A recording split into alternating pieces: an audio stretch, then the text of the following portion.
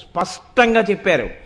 శ్రీచక్రము జోలికి వెళ్ళవద్దు, మీరు దాన్ని పూజ చెయ్యలేరు. శ్రీచక్రాన్ని మీరు ఆరాధన చెయ్యాలంటే ఆ పూజా విధానం అంతా వేరు. మీకు బాగా నిష్ట ఉండాలి. అపారమైనటువంటి నిష్ణాతులై మీరు శ్రీచక్రాన్ని ఆరాధన చేయవలసి ఉంటుంది. మీరు అలా కానీ చెయ్యకుండా తెచ్చి ఫ్యాషన్ కోసం శ్రీచక్రాన్ని ఇంట్లో పెట్టారనుకోండి, ఖచ్చితంగా అది విపరీత ఫలితాలు ఇస్తుంది. నేను చెప్పట్లేదు ఈ మాట, మళ్ళీ చెప్తున్నా, పరమాచార్య చెప్తున్నారు. పరమాచార్యుల వారే మీరుతో మాట్లాడుతున్నారని గుర్తుపెట్టుకోండి.